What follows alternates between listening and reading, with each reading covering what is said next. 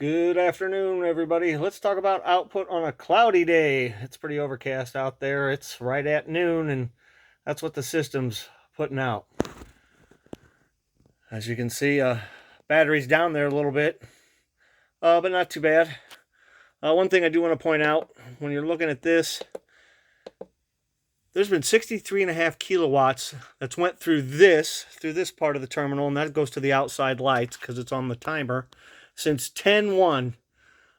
So that is not included in my kilowatts per month that we're making this report on that's happening every month. The outside lights are just always on, and that's added up in this total, not this total. As I step back here a little bit, everything is what it is still. Future plans, I'd like to get another 200 amp hour, put those together and have 400. I'd like to replace these with a 300 amp hour lithium ion battery at some point.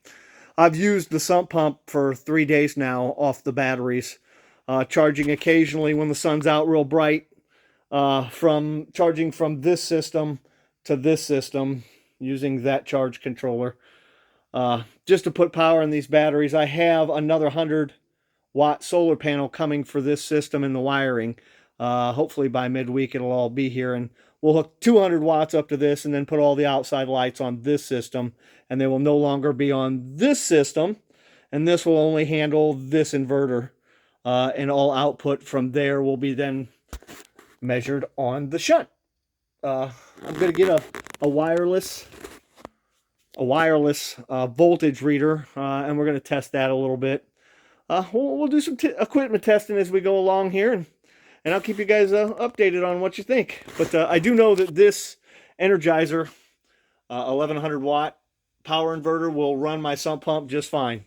Does a pretty good job. Got 12.2 running from this all the way to the sump pump. Stays up with it pretty good, actually. Can't really tell the difference at all between it and regular wall electricity. So I'm pretty happy about that. I have used this inverter to power the refrigerator. I think you're going to need something bigger than that, though. I think I would go with at least 2,000 watts to run a regular big Kenmore side-by-side 24 cubic foot refrigerator is what we got upstairs. This little one here will actually run it once it's on. If I plug it in and run a cord up there to it, it'll run it. It just won't turn the motor over right out of the gate. So I think you need a little bit more power if you're going to do something like that. But yeah, that's where we're at today. I definitely would like some upgrades. At the moment, I'm real happy with the chins. It's doing really good. I'll end up buying another one of those, and we'll have a 400 amp hour chins battery here.